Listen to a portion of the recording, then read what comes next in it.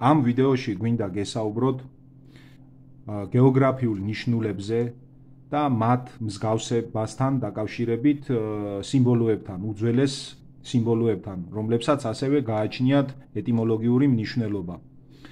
აი ეს საქართველოს ტერიტორია, აგერ გახლავთ კოლხეთის ეროვნული პარკი, აი ეს არის მდინარე რიონი, რიონის ფორმაც თქვენ თვითონაც ხედავთ, როგორ გავს გველეშაპს, რომელიც დარაჯობდა ოქროს საწმის, კოლხეთში არსებულ ოქროს საწმის, აი ეს სიმბოლოები ყველაფერი დატანილია, მერე უკვე მნიშვნელობითი განსაზღვრებებით, ასევე პალიასტომის ტბის ფორმა, რომელიც ძალიან გავს ფესტოსის დისკოს სიმბოლოს და ასევე ლურსმნული დამწერლობის სიმბოლოს, რომელიც იშიფრება როგორც პა და ნიშნავს ტბას. მისი ფონეტიკური მნიშვნელობა არის პა და ეტიმოლოგიური ტბა. მოგეხსენებათ პალიასტომის ტბაც თავისთავად ტბა და მათ კავშირებზე გესაუბრებით ამ ვიდეოში. ეხლა კი დავიწყოთ. დავიწყოთ პალიასტომის ტბის ფორმის და სახელის განხილვა. სიტყვა პალიასტომი დავყოთ შემადგენელ ნაწილებად. მოგეხსენებათ, რომ უძველეს დროში მისადაგებული ამა თუ იმ მოვლენის აღსაღწერი წინადადება შემდგომში უკვე ჩამოყალიბდა სახელებად. დარჩა ზოგის მნიშვნელობა დაიკარგა და მხოლოდ სახელი შემორჩა და გაურკვეველია მისი მნიშვნელობა და ამ მნიშვნელობებზე გვინდა გესაუბროთ და აგიხსნათ თუ რა სიტუაცია არის და როგორ რა იშიფრება. ესე იგი დავიწყოთ პალიასტომის ტბის სახელის ეტიმოლოგიის გაშიფრვით. დავყოთ შემადგენელ ნაწილებად პა, ლი, ას, ტომ ან ტუმ. პა აქადურად ნიშნავს ტბას. ზემოთაც გესაუბრეთ აი ეს სიმბოლო, რომელიც გამოსახულია, აღნიშნავს ლურსმნული დამწერლობიდანაც პას და აღნიშნავს ტბას. ლი, შემდეგი შემადგენელი ნაწილი, ლი ნიშნავს მზეს, სვანური უძველესი საგალობელი, მზისადმი მიძღვნილი ლილეო ასევე და ქართულ კულტურაში ვიცით ამის შესახებ, რომ ლი მზეს აღნიშნავდა და ეს მზისადმი მიძღვნილი სიმღერებიც და შემორჩენილი უძველესი ტექსტებიც ამასთან დაკავშირებითაა. ას ნიშნავს შემდეგი შემადგენელი ნაწილი ას ნიშნავს ძველი საქსონურიდან, პროტოგერმანულიდან, ანსუზ, ღმერთი, ღვთაება.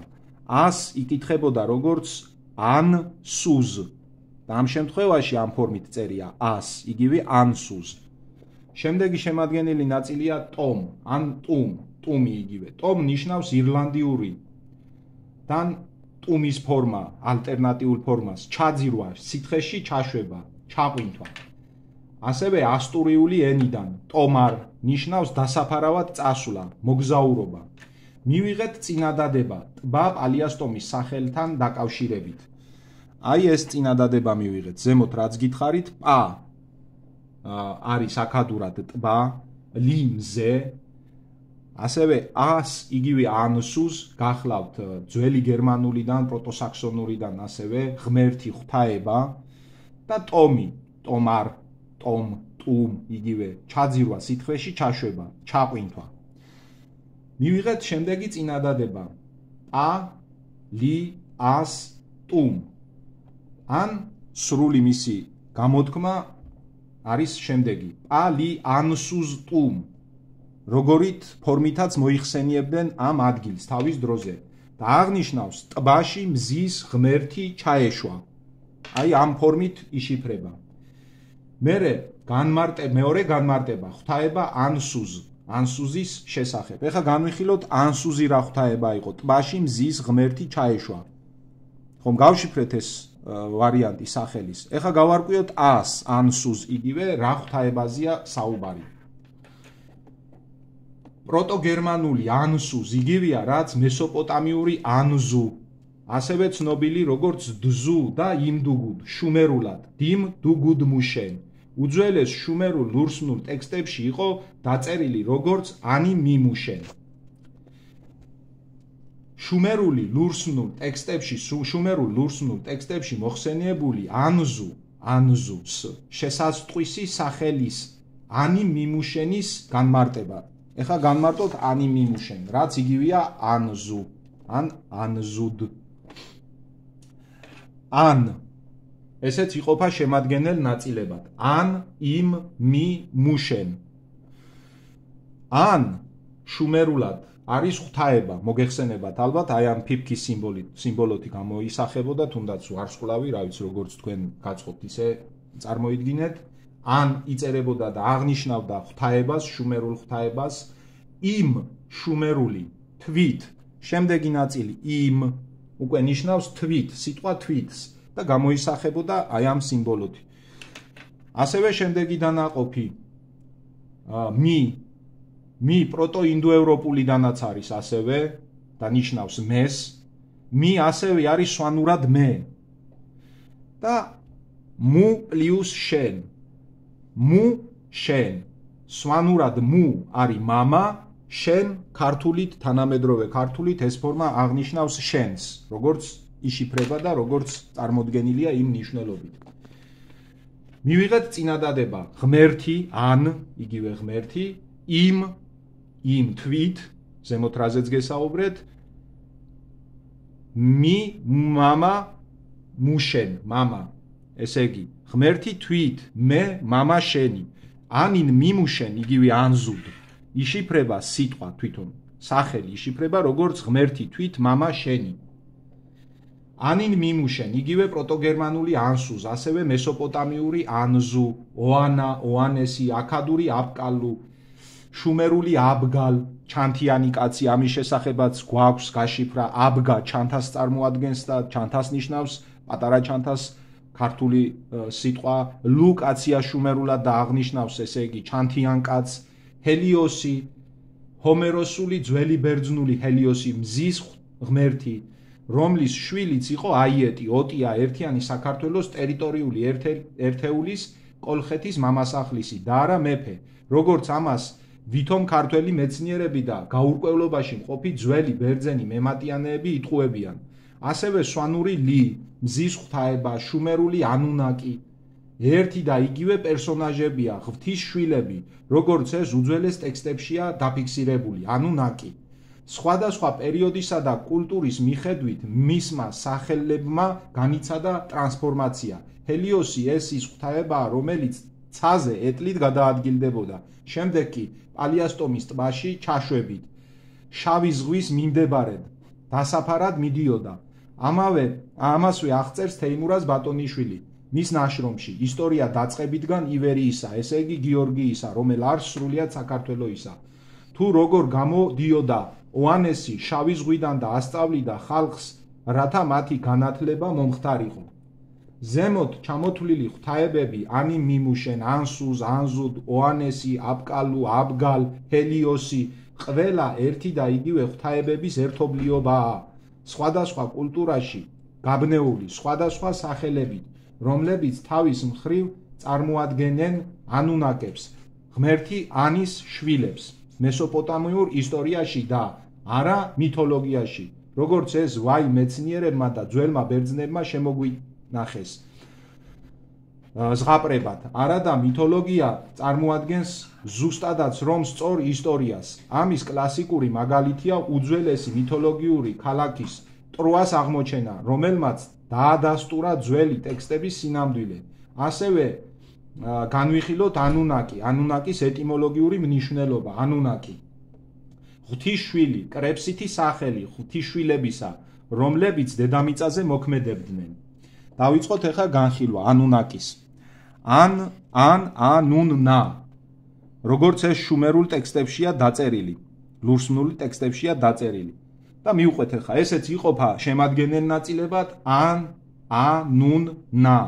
ან შუმერული ღმერთი, ისევე როგორც გითხარით, ზემოთ სხვა სახელთან დაკავშირებით. შემდეგ მოდის უკვე აი ეს სიმბოლო და აღნიშნავს, გამოითქმის როგორც მისი ფონეტიკური შესატყვისია, ხოლო მისი ეტიმოლოგიური მნიშვნელობა წარმოადგენს შთამომავლობას, მემკვიდრე. შემდეგი შემადგენელი ნაწილია ნუნ. ნუნ შუმერულად ნიშნავს კეთილშობილს, ნუნ. და აი ამ სიმბოლოთი გამოისახებოდა ლურსმნული დამწერლობიდან. ნა, ასევე ბოლო დანაყოფი და ასე რომ ვთქვათ, ბოლო შემადგენელი ნაწილი. ნა შუმერულად, შუმეროგრამა, გახლავთ აი ეს ლურსმნული შუმეროგრამა, ნიშნავს ადამიანს. ესე იგი, მივიღეთ წინადადება ანუნა ღმერთის მემკვიდრე, კეთილშობილი ადამიანი. აი, როგორც აქ არის გაშიფრული და როგორც გესაუბრეთ ამ თემებზე. აგრეთვე შემოგთავაზებთ ანუნაკის, ღვთისშვილის, ამ ტერმინის კავშირს სხვა ენობრივ და კულტურულ ნაწილებთან. ანუნაკ, ესეც იყოფა შემადგენელ ნაწილებად. ანაკ, ორ შემადგენელ ნაწილად იყოფა. აქადური ღვთაება, ღმერთი, ზემოთაც გესაუბრეთ ასევე. ანაკ, პროტომალაო პოლინეზიურიდან, შემდეგი დანაყოფი უკვე, ანაკ, პროტომალაო პოლინეზიურიდან აღნიშნავს შვილს, პროტო ავსტრონეზიულიდან ასევე შვილს. ანაკ, მივიღეთ აი ეს სიტყვა, რომელიც აღნიშნავს ღვთის შვილს, როგორც ზემოთ გესაუბრეთ ამ თემაზე. მივიღეთ წინადადება ანაკ. ამ შემთხვევაში აქადური ღმერთი და ანაკ პროტომალაურ პოლინეზიურიდან, ასევე პროტო ავსტრონეზიულიდან შვილი და გამოდის ესე იგი ღვთის შვილი. მოკლე შეჯამება, პალიასტომის ტბიდან შავი ზღვის მახლობლად გამომავალი არსება ოანესი, ოანნა, იგივე ამფიბია, ასევე ჰელიოსი, აიეტის ოტიას მამა, ანი მიმუშენ, ანსუზ, ანზუდ, აბკალუ, აბგალ, ჩანთიანი კაცი, ალი მზის ღმერთი. ეს იმ ღვთაებების სახელებია სხვადასხვა კულტურაში და ძველი ისტორიის სხვადასხვა პერიოდში მოხსენიებული, რომლებსაც აერთიანებს ტერმინი ანუნაკ, ღვთის შვილი, ანაკ. ყველაზე მთავარი კი ის არის, რომ მათი ბაზა, დედამიწაზე ყოფნის მთავარი ლოკაცია საქართველოს ტერიტორიაზე იყო უძველესი დროიდან. მაგალითისთვის შემოგთავაზებთ ამონარიდებს თეიმურაზ ბატონიშვილის წიგნიდან. ისტორია დაწყებითგან ივერიისა, ესე იგი გიორგიისა, რომელ არს სრულიად საქართველოისა. გვერდი 5 სტატია 8. ისტორიკოსი ესე ბეროზ, ავიცენ და აპოლორ იტყვიან, ველთა შინა ქალდეისათა ცხოვრებდეს კაცნი ველურნი, მსგავსი 4 ფეხთა. სკერიდან ზღვისა ერიტრეისა, ესე იგი შავი ზღვისა, გამოვიდა მყის ერთი წყლიერი მიწიერი ცხოველი, რომელმანცა განანათლა ზნენი მათნი. ესე განსაცვიფრებელი ცხოველი იწოდებოდა ამფიბიად, ოანესად. ასევე ამავე წიგნიდან ამონარიდი, გვერდი 7 სტატია 13. მაშინ ჯერ იყო კიდურ მდგომარეობად, რომელ ამფიბიას აღმოწმო მეცნიერება ითვისი ტარტარსა შინა, ესე იგი სატახტოსა ქალაქსა შინა კავკასიურსა. მიაქცეთ ყურადღება, დაკონკრეტებულია. ეხლა განვიხილოთ თვითონ ტარტარიის მნიშვნელობა. ტარტარია იყო აბსოლუტური ტერმინი, რომელიც გამოიყენებოდა დასავლეთ ევროპულ ლიტერატურასა და კარტოგრაფიაში აზიის უზარმაზარ ნაწილზე, რომელიც ვრცელდება კასპიის ზღვიდან ჩინეთამდე და ურალის ჩრდილო-დასავლეთიდან სპარსეთის საზღვრამდე. იმ დროს, როდესაც ეს რეგიონი დიდწილად უცნობი იყო ევროპელი გეოგრაფებისთვის, მათ არ იცოდნენ ტარტარიის კონკრეტული ადგილმდებარეობა, ან იცოდნენ, მაგრამ ასაიდუმლოებდნენ. ამის გამო ეს ტერმინი მიუსადაგეს აზიის კონტინენტზე არსებულ ზოგად ტერიტორიას, რითაც კიდევ უფრო აურიეს ამ უაღრესად მნიშვნელოვანი ადგილის რეალური მდებარეობის დადგენის საკითხი. ასევე უნდა ითქვას, რომ ამ ტერმინის დემონიზაცია მოახდინეს ისტორიის სხვადასხვა ეტაპზე სხვადასხვა რელიგიურმა თუ არარელიგიურმა პირებმა, რათა ამ თემით დაინტერესება არ მომხდარიყო და არ გარკვეულიყო, რომ ტარტარია წარმოადგენდა მაღალგანვითარებული ცივილიზაციის ცენტრს. ტარტარია ეს ტერმინი დააკავშირეს ჯოჯოხეთს და რაღაც ბოროტ ძალებს, რადგან ეს საკითხი ტაბუდადებული ყოფილიყო. სინამდვილეში კი უძველესი მაღალგანვითარებული ცივილიზაციის ცენტრი ტარტარია აქ კავკასიაში, კონკრეტულად კი საქართველოს ტერიტორიაზე იყო. ტოპონიმის ტარტარია ადგილის სახელის აქტიური გამოყენება მე-13-მე-19 საუკუნიდან ჩანს ევროპულ წყაროებში. ტარტარი გახდა ცენტრალური აზიის ყველაზე გავრცელებული სახელი, რომელსაც არანაირი კავშირი არ ჰქონდა რეგიონის რეალურ პოლიტიკასთან ან ეთნიკურ ჯგუფებთან, რადგან აზიის იმ ნაწილს, რომელსაც ევროპული წყაროები ტარტარიად მოიხსენიებდა, სინამდვილეში სიყალბია, რეალურად კი ტარტარია კავკასიაში საქართველოს ტერიტორიაზე მდებარეობდა და წარმოადგენდა მაღალგანვითარებული ცივილიზაციის საწყის ცენტრს, საიდანაც დაიწყო კაცობრიობის განვითარება. განვიხილოთ ახლა ასევე სახელი ტარტარიის ეტიმოლოგიური მნიშვნელობა. ტარტარიაც იყოფა შემადგენელ ნაწილებად. ტა, რტ, არია. ტა პროტოსლავურიდან, აი, აქ ჩანს ეს მარცვალი წინას ესე რომ ვთქვათ დანაყოფი. ტა პროტოსლავურიდან ნიშნავს ეს. ასევე შუმერული ადგილი საწყისი დან აღნიშნავს ტა. ასევე იორუბადან ანათებს გაბრწყინებული. აი ეს მესამე ვერსია იორუბა ენიდან. რტ მარცვალი, ასე რომ ვთქვათ, რტ ნაწილი, შემადგენელი ნაწილი. პროტოსლავურიდან ასევე რტ კლდე ბორცვი მთა და არია.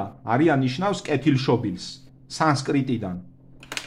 მიღებული წინადადებები. ეხლა რატო წინადადებები? რადგან ტას რამდენიმე სხვადასხვა უძველესი ენებიდან რამდენიმე ნაწილი და რამდენიმე მნიშვნელობა აქვს. ოღონდ ერთმანეთს არ ეწინააღმდეგებიან დაახლოებით ერთი და იგივე მნიშვნელობა აქვს, ოღონდ სხვადასხვა ენებიდან სამ ვერსიას შემოგთავაზებთ. ტა რტ არია, ეს მთა კეთილშობილი. შემდეგი ვერსია ტა რტ არია, საწყისი მთა კეთილშობილი. შემდეგი ვერსია ტა რტ არია, გაბრწყინებული მთა კეთილშობილი. ტარტარია ეს სახელი ინდოევროპული წარმომავლობისაა. ამაზე მეტყველებს მასში შემავალი პროტოსლავური წარმოშობის სიტყვები, რომლებიც მიეკუთვნება ინდოევროპულ ენათა ოჯახს. მოგვიანებით ევროპის კონტინენტზე გავრცელებული ინდოევროპელების მიერ ამ ფორმით ტარტარია სახელის დამკვიდრება და ტოპონიმის ტარტარია ადგილის სახელის აქტიური გამოყენება მე-13-მე-19 საუკუნეების ევროპულ წყაროებში აქედან გამომდინარე მოხდა. ფაქტიურად ეს სახელი წარმოადგენს წინადადებას მისი შემადგენელი ნაწილებიდან გამომდინარე. ტა რტ არია, ეს მთა კეთილშობილი. ინდოევროპელებმა თავიანთი ენიდან გამომდინარე მოიხსენიეს ამ წინადადებით ადგილი და მისი აღწერა, რაც მოგვიანებით სახელად ჩამოყალიბდა. ინდოევროპელები იყვნენ შუა აზიიდან წამოსული მომთაბარე დამპყრობელი ხალხი, რომლებიც ბევრი სხვადასხვა ტომისგან შედგებოდა. განსხვავებით კავკასიის რეგიონში მცხოვრები ადგილობრივი მიწათმოქმედი კულტურული იაფეტიდური წარმოშობის ეთნოსისგან. სწორედ ასეთი დამპყრობლური და მომთაბარე ვიზიტების დროს კავკასიაში ინდოევროპელებისთვის ცნობილი გახდებოდა ტარტარიის შესახებ, რა ტერმინითაც მოიხსენიეს საქართველოს ტერიტორიაზე არსებული ეს კონკრეტული ადგილი. შემდეგ კი მთელს ევროპას მოედვნენ მომთაბარე დამპყრობელი ინდოევროპელები, იმ ევროპის კონტინენტს, სადაც ასევე იაფეტიდური მოდგმის კულტურული ხალხი სახლობდა. მათ შეავიწროვეს იაფეტიდები, აითვისეს მთელი კონტინენტი და ახლა პირველ ევროპელებად ასაღებენ თავს.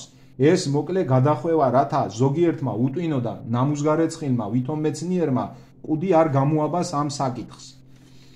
ინდოევროპული წარმოშობის ეს სახელი ტარტარია, ეს მთა კეთილშობილი, იმიტომ დაფიქსირდა მე-13-მე-19 საუკუნეების ევროპულ წყაროებში, რომ ამ დროისთვის უკვე ინდოევროპელებს მთელი ევროპის კონტინენტი ათვისებული აქვთ, როგორც ენობრივად, ასევე მოსახლეობის მხრივ და, რა თქმა უნდა, თავიანთ ენაზე შესაბამისი სახელით მოიხსენიეს. საქართველოს ტერიტორიაზე მდებარე ეს ადგილი, ტარტარია, ეს მთა კეთილშობილი. სხვა გარდა დამპყრობლური ვიზიტებისა ინდოევროპელებს არავითარი კავშირი კავკასიის რეგიონთან არ აქვთ. ეხლა რაც შეეხება ტარტარიის ამ სახელწოდების ეტიმოლოგიურ მნიშვნელობას, ეს მთა კეთილშობილი. არავითარი ჯოჯოხეთური თუ დემონური მნიშვნელობა არ იკითხება და თავისთავად ტარტარიის გაიგივება რაღაც ბოროტ ძალებთან ან ადგილთან, რომელიც ჯოჯოხეთს ან ქვესკნელს მოიაზრებს, რბილად რომ ვთქვათ, ერთი დიდი ტყუილი და უნიჭო გაყალბებაა. ამ სახელის ტარტარია დემონიზაცია სხვადასხვა რელიგიური თუ არარელიგიური გაურკვეველი ჯგუფების მიზნებში შედიოდა, რათა სიმართლე არ გარკვეულიყო და კაცობრიობა ეკვებათ თავიანთი ტყუილებით, რაც ადვილს გახდიდა მსოფლიოს საზოგადოების მართვას. ისტორიის სხვადასხვა პერიოდში ამ რაღაც გაურკვეველმა ჯგუფებმა თუ არ ვიცით რა უწოდოთ, მოახდინეს რეალური ფაქტების სრული გაყალბება, ბევრი ინფორმაციის გაქრობა, რაც მათ ინტერესებში არ შედიოდა. ერთი სიტყვით კავკასიის რეგიონის უძველესი ისტორიაც ამ ტყუილების და პროპაგანდის ხორცსაკეპ მანქანაში მოყვა. ახლა კი დავუბრუნდეთ ჩვენს მიერ ზემოთ გაშიფრულ საქართველოს ტერიტორიაზე მდებარე ტბის პალიასტომის ეტიმოლოგიურ მნიშვნელობას, სადაც ამ სახელში შემავალი პირველივე ნაწილი იგულისხმება ტბა, რომელიც იშიფრება როგორც ტბა, აქადურად ტბა ასევე. სწორი ფონეტიკური ნიშნულობა ბა, პა, იგივე. საიდანაც წარმოიშვა თანამედროვე ქართულ ენაში არსებული ბუნებრივი წყალსაცავის სახელი ტბა.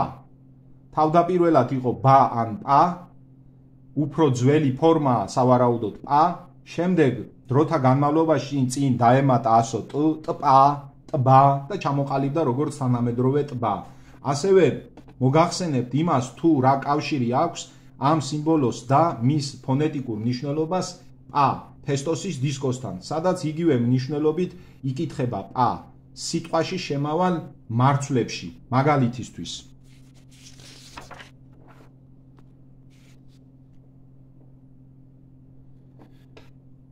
ფესტოსის დისკოს ერთ-ერთი დანაყოფი. აი ეს გახლავთ ერთ-ერთი ჩარჩო, სადაც გამოსახულია პალიასტომის ტბის ფორმის სიმბოლო და შემდეგ მეორე სიმბოლო, რომელიც იკითხება მარჯვნიდან მარცხნივ. ფესტოსის დისკოს სიმბოლო, აი ეს სიმბოლო, იკითხება როგორც შუმერულად ა, ამასთან დაკავშირებით ჩვენ ზემოთაც გესაუბრეთ. შემდეგ უკვე აი ეს სიმბოლო, პალიასტომის ტბის სიმბოლო, იკითხება როგორც პა. მივიღეთ წინადადება აპა, აპა, რაც განმარტება ამ სიტყვაზე. ახლა ვიტყვით ამ სიტყვას, ჩვენ ფესტოსის დისკოზეც მუშაობთ, ნაწილი დავდევით ფესტოსის დისკოს გაშიფრა, სრულად არა გვაქვს გაშიფრული, ნახევარზე მეტი გავშიფრეთ და შემდეგ უკვე უფრო მოცულობითად ვისაუბრებთ ამ თემებზე, როდესაც დავასრულებთ ამ კვლევებსაც, მაგრამ ამ შემთხვევაში გაგიმხელთ ამ დანაყოფის გაშიფრის ერთ-ერთ ვარიანტს. აი ამ სიმბოლოზე აპა, სადაც წერია ერთად იკითხება როგორც აპა, იკითხება უნგრული ენიდან, ნიშნავს მამას. აპა ნიშნავს მამას. ნუ სხვადასხვა ენებშიც არის, თქვათ, პაპაც შეიძლება რაც მერე ჩამოყალიბდა და უფრო ბაბუას ნიშნავს. ნუ ერთი სიტყვით რა მნიშვნელობა აქვს, ამ ფორმით იშიფრება აპა, რომელიც ნიშნავს მამას. და ამ შემთხვევაშიც ეს მარცვალი, აი პალიასტომის ტბის სიმბოლო იკითხება როგორც პა, პა მარცვალი და ჯამში იკითხება როგორც აპა, მამა იგივე. ფესტოსის დისკოს ბერგვერდის ნომერი 30-ე დანაყოფში არ შემავალი აი ეს მარცვალი, აი ეს სიმბოლო ფესტოსის იკითხება როგორც ა, ხოლო აი ეს სიმბოლო როგორც ა, როგორც ზემოთ გესაუბრეთ. ზემოთ განვიხილეთ პალიასტომის ტბის სახელის განმარტება პალიანსუს ტომ ან ტომარ, ტბაში მზის ღმერთი ჩაეშვა. პალიასტომის ტბა სწორედ ის ტბაა, სადაც მზის ღმერთი ჩადიოდა, ასევე ამ ტერიტორიებს ეწვივნენ არგონავტები ოქროს საწმისის მოსაპარად. აქვე მდებარეობდა კოლხეთის ტერიტორიული ერთეულის ცენტრი, რომელიც იმ დროსაც ერთიანი საქართველოს ნაწილი იყო და არა ცალკე კოლხეთის სამეფო, როგორც ამას ზოგიერთი გამყალბებელი და უჭკუო ქართველი ვითომეცნიერი ღაღადებს. ხოლო რაც შეეხება ძველ ბერძნებს, მათ მამასახლისობითი მმართველობის ფორმა არ იცოდნენ, რომელიც ფაქტიურად დემოკრატიული მმართველობის ფორმა გახლდათ. მამასახლისებს მოსახლეობა ირჩევდა და ყველა რეგიონს თავისი მამასახლისი ყავდა. უკაცრავად, რომლებიც თავის მხრივ ქართლის მამასახლის ემორჩილებოდნენ, ის გახლდათ მთავარი მამასახლისი. ყოველივე აქედან გამომდინარე, რადგან ძველმა ბერძნებმა ჩვენს წელთ აღრიცხვამდე მეორე 1000 წლეულის მეორე ნახევარში არ იცოდნენ მმართველობის ეს ფორმა და მათ მხოლოდ ქალაქ-სახელმწიფოები გააჩნდათ, ხოლო მმართველებად ყველა ქალაქს მეფე ყავდა, ვერც კი მიხვდებოდნენ ამ მმართველობის ფორმისთვის რა უნდა ეწოდებინათ და აიეტი ოტია როგორც კოლხეთის მეფე ისე მოიხსენიეს. ხოლო ზოგიერთმა უტვინო ქართველმა მეცნიერმა ასევე ამ სეპარატისტული მიდგომით დაწერეს კოლხეთის სამეფო როგორც ცალკე წარმონაქმნი და მისი მეფე აიეტი ოტია. არადა სინამდვილეში კოლხეთი ერთიანი საქართველოს ტერიტორიული ერთეული გახლდათ, ხოლო აიეტი ერთ-ერთი მამასახლისთაგანი. შემდგომში ოქროს საწმისის მოპარვის შემდეგ, როდესაც არგონავტები საბერძნეთში დაბრუნდნენ, მათ ასევე ჩაიტანეს ინფორმაცია მმართველობის ამ ფორმის შესახებ, რასაც მამასახლისობა ერქვა და წარმოადგენდა დემოკრატიის მთავარ ფუნდამენტურ ღირებულებას, ხალხის მიერ არჩევითობას, ანუ ხელისუფლების წყაროს ხალხი წარმოადგენდა. ამ მატყუარა და ქურდბაცაცა ძველმა ბერძნებმა კი შემდგომში უკვე მოგვიანებით ჩვენს წელთაღრიცხვამდე პირველ 1000 წლეულში მართლობის ეს ფორმა, რასაც დემოკრატია უწოდეს, ანუ ხალხის მართლობა, თავის თავზე მოირგეს და წარმოგვიდგნენ როგორც დემოკრატიის ფუძემდებლები. არადა როგორც ოქროს საწმისი, ისე მართლობის ეს ფორმა ქართულ კულტურას მოპარეს და ბერძნულად გაასაღეს, რასაც სამწუხაროდ გამყალბებელი და უტვინო ქართველი ვითომ მეცნიერები მხარს უბამდნენ. ზოგიერთი გაუნათლებლობით და დიდი უმრავლესობა განზრახ დაკვეთით ეს მცირე გადახვევა მათთვის, ვინც ისტორიკოსობას იბრალებდა და თავს მიწონებდა ტყუილებით და გაყალბებით აღებული წოდებებით. იმის ტვინიც კი არ ეყოთ, რომ მიმხვდარიყვნენ ისტორია ასე არ იმალება და ამ იდიოტების მიერ შედგენილი სიყალბეები დიდხანს ვერ გასტანდა. ახლა კი დაუბრუნდეთ ზემოთ მოცემული პალიასტომის ტბის ფორმის მსგავსებას ფესტოსის დისკოს სიმბოლოსთან. როგორც უკვე აღვნიშნეთ, პალიასტომის ტბის ფორმა გამოიყენებოდა როგორც სიმბოლო და იკითხებოდა ფონეტიკური მნიშვნელობით ბა ან პა. ასევე პალიასტომის ტბის ფორმის მიხედვით შექმნილი ეს სიმბოლო, აი ეს სიმბოლო ზემოთაც გაჩვენეთ, წარმოადგენდა გეოგრაფიულ ნიშნულს, რითაც ადასტურებდნენ ამ ტბის და მიმდებარე ტერიტორიების უაღრესად მნიშვნელოვანი ლოკაციის ადგილმდებარეობას. ოღონდ არის ერთი საკითხი, რომელიც სააზროვნოდ თქვენთვის მოგვინდია. წესიერ და განათლებულ მკითხველს გულისხმობთ. პალიასტომის ტბის ეს ფორმა ხმელეთიდან არ ჩანს. მისი დიდი ზომის გამო ის ფორმა, რამაც ჩვენი ყურადღება მიიქცია, გადაღებულია აეროფოტო გადაღებით საფრენის სიმაღლიდან, რაც ბევრ კითხვას აჩენს თუ საიდან იცოდნენ უძველეს დროში პალიასტომის ტბის ფორმის მოხაზულობა. გავიმეორებთ, რაც ხმელეთიდან არ ჩანს. აქვე გეტყვით, რომ პალიასტომის ტბის ფორმა იმდენად არადამახასიათებელია ზოგადად ტბების ფორმის მოყვანილობისთვის, რასაც ზემოთ აეროფოტო გადაღებით მოცემული სურათიც ადასტურებს და ნახავდით, გასაგები ხდება მისი მოხაზულობის ინდივიდუალიზმი, რომელიც არ მეორდება მსგავსი ფორმით სხვა ტბების შემთხვევაში. ეს კიდევ ერთი დასტურია ამ ფორმით მოცემული სიმბოლოს გეოგრაფიული ნიშნულობისა.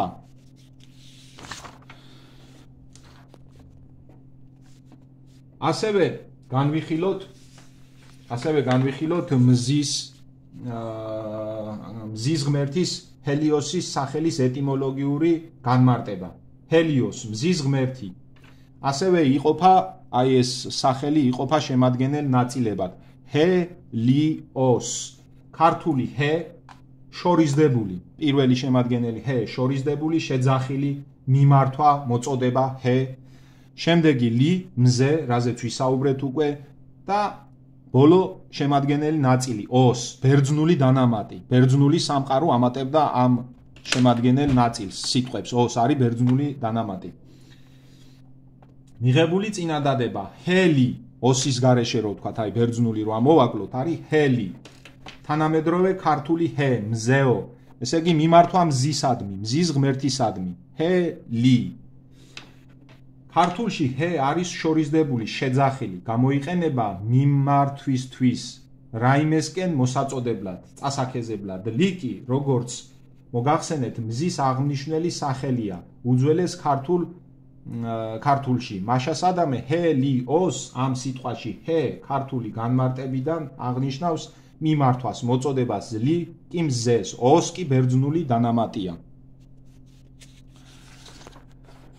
შემდეგ გადავიდეთ უკვე შემდეგ თემაზე. განვიხილოთ უძველეს სვანურ საგალობელში არსებული სიტყვის ლილეოს როგორც მზის ღვთაებისადმი მიძღვნილი ამ საგალობლის ეტიმოლოგიური მნიშვნელობა. ესეც იყოფა შემადგენელ ნაწილებად. ლის სიმბოლო იყო ქართულშიც, ასომთავრულშიც, რომელიც ამოიღეს, შემდეგ ამოაკლეს უკვე, აი ეს სიმბოლოა ლის სიმბოლო, მე-40 სიმბოლო იყო. ლი აღნიშნავს მზეს და ლეო აღნიშნავს ლომს. ლათინური ლეო, ლომი, ძველი ბერძნულიდან ლეონ, ლომი. ესე იგი აღნიშნავს ეს სიტყვა ლილეო, მზე ლომი. განვიხილოთ უძველეს სვანურ სიმღერაში არსებული მზის აღნიშნული ეს ფორმა ლილეო განიმარტება შემდეგნაირად ლი პლუს ლეო, ორი სიტყვისგან შემდგარი ფორმა, საიდანაც პირველი ლი აღნიშნავს მზეს და ლეო არის ლომის აღნიშნული ფორმა ძველი ბერძნულიდან ლეონ.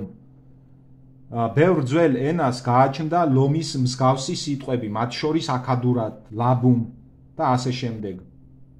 გაურკვეველია, როგორ უკავშირდება ისინი ერთმანეთს და ვინ ვისგან ისესხა, თუმცა საბოლოო წყარო სავარაუდოდ არ არის ინდოევროპული. მაშასადამე ირკვევა, რომ უძველეს სვანურ საგალობელში არსებული ეს სიტყვა ლილეო ორი ნაწილისგან შედგება, ლი პლუს ლეო და გამოითქმის როგორც მზე ლომი. ასევე განვიხილოთ ლილეოს, როგორც მესოპოტამიურ რელიგიაში არსებული ანზუ, პროტოგერმანული ანსუს, იგივეა რაც მესოპოტამიური ანზუ. ასევე ცნობილი როგორც დზუ და იმდუგუდ შუმერულად, დიმდუგუდ მუშენ. უძველეს შუმერულ ლურსნულ ტექსტებში იყო დაწერილი როგორც ანინ მიმუშენ. მზე ლომი, აი აქ არის მითითებული ანზუს გამოსახულება, როგორია ანზუ.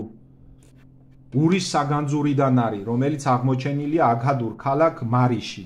აი ეს ფრთიანი ლომი, რომელსაც ასევე თევზის კუდი ან ფრინველის კუდი აქვს. აი ეს გახლავთ ანსუს. მზე ლომზე რომ არის საუბარი ზემოთ რაც განგიმარტეთ. პალიასტომის ტბაში მისი ჩაშვებაც მაგ თემიდან გამომდინარე ამ თემაზე მაგიტომ ვისაუბრეთ. აი ეს მზე ლომი, რომელიც ლომის თავით არის გამოსახული და აღმოჩენილია ურის საგანძურიდან ფრთებით არის, სავარაუდოდ ეს აღნიშნავს, რომ მას გადაადგილება შეეძლო ცაშიც და ეს მინიშნება ასევე შემდეგი ბარელიეფები გვინდა წარმოგიდგინოთ. აი აქაც ანზუს გამოსახულება ოსტენ ჰენრი ლაიარდის ძველი ნინევიიდან აღმოჩენილი, ასევე ლილეოს მზე ლომის ტანით და ფრთებით გამოსახული. ასევე გვინდა წარმოგიდგინოთ ვერცხლის თასის ფრაგმენტი, ქარაშამბის თასიდან ვერცხლის თასის ფრაგმენტი, აი აგერ არის ქარაშამბის ყორღანიდან ძველი წელთაღრიცხვის მესამე და მეორე ათასწლეულების მიჯნა, ლილეო ასევე აგერ შეჯამება ანზუდი, ანსუზ, ლილეო, მზელომი, მესოპოტამიურ რელიგიაში არსებული ანზუ, ასევე ცნობილი როგორც დზუ და იმდუგუდ, პროტოგერმანული ანზუდ, შუმერული დიმდუგუდ მუშენ, უძველეს შუმერულ ლურსნულ ტექსტებში მოხსენიებული ანინ მიმუშენ, ბერძნულ მითოლოგიაში მზის ღმერთი ჰელიოსი, ერთი და იგივე ღვთაებაა სხვადასხვა კულტურებში დაფიქსირებული, რომელსაც კავშირი კავკასიასთან აქვს, კონკრეტულად კი საქართველოს ტერიტორიაზე არსებულ პალიასტომის ტბასთან, საიდანაც ამოდიოდა ან ჩადიოდა ღვთაება ანზუდი, იგივე ჰელიოსი, რომელიც შემდეგ თავისი ეტლით გადაადგილდებოდა ცაზე.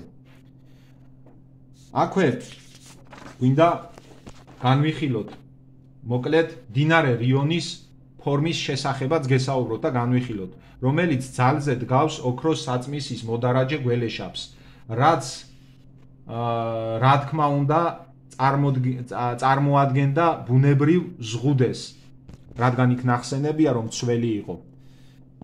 წარმოადგენდა ბუნებრივ ზღუდეს. მოგეხსენებათ ზღვის შესართავთან მდინარე რიონი დიდია და მისი სიგანე სხვადასხვა ადგილას მერყეობს 280 მეტრიდან 600 მეტრამდე. ეს ფაქტი უძველეს დროში აუცილებლად გაართულებდა ამ ტერიტორიებზე არაკეთილმოსურნე მომსვლელების მასობრივ გადასვლას. დაცულ ტერიტორიაზე, სადაც ოქროს საწმისი ინახებოდა, ერთი სიტყვით მდინარე რიონი როგორც მოდარაჯე გველეშაპი ერთი მხრიდან, ხოლო მეორე მხრიდან კოლხეთის ეროვნული პარკის ტერიტორიაზე არსებული მდინარის არხებით დაქსელილი და დაჭაობებული ტყის მასივი აუცილებლად იქნებოდა ბუნებრივი შემაფერხებელი ზღუდე, შემოსული არაკეთილმოსურნეებისთვის, რათა ადვილი არ ყოფილიყო ოქროს საწმისთან მისვლა. აი თქვენ თვითონაც ხედავთ, ზემოთაც გაჩვენეთ მისი ფორმა, მისი დელტა როგორ გავს მის თავს, თვალის ფორმის კუნძულიც არის აი ამ დელტაში, რიონში, აგერ ხედავთ მის მსგავსებას მოდარაჯე გველეშაპთან. მოცვიმულ ფოტოზე ხედავთ თუ როგორ გავს რიონის ფორმა დიდი ზომის გველს, ასევე საყურადღებოა მისი დელტა შავ ზღვასთან შეერთების ადგილი, რომელიც იდეალურად წარმოაჩენს გველის თავს. ასევე მდინარე რიონის ეს ფორმა ძალზედ ინდივიდუალურია და მისი მოხაზულობა როგორც ოქროს საწმისის მოდარაჯე გველისა გველეშაპი სიმბოლური სახია, ბუნებრივი ზღუდისა, რომელიც აღწერილია ბერძნულ მითოლოგიაში, უფრო სწორად ისტორიაში, რომელიც შემდეგ ბერძნებმა როგორც ზღაპრები, ანუ მითოლოგია ისე შემოგვტენეს. ოღონდ აქაც ის საკითხი იჩენს თავს, რასაც თქვენ კეთილსინდისიერ მსმენელს მოგანდობთ. სააზროვნოდ, მდინარე რიონის ეს ფორმაც მხოლოდ აეროფოტო გადაღებით არის მიღებული. ხმელეთიდან არ ჩანს, არასაფრენი სიმაღლიდან არ ჩანს ეს გამოსახულება, ვერ მიხვდებით თუ რა ფორმის არის რიონი. აქაც ჩდება ერთი კითხვა, თუ საიდან იცოდნენ უძველეს დროში მდინარე რიონის ეს ფორმა, რომელიც ხმელეთიდან არ ჩანს, მისი ზომებიდან გამომდინარე. დიდი მადლობა ყურადღებისთვის და გავაგრძელებთ ჩვენ ვიდეოების ჩაწერას უფრო ცლად და საინტერესო თემებს შემოგთავაზებთ. გთხოვთ რომ გადახვიდეთ ჩვენს გვერდზე, გამოიწეროთ არხი, ჩვენი არხი და უყუროთ ვიდეოებს, ეს ძალზედ მნიშვნელოვანია.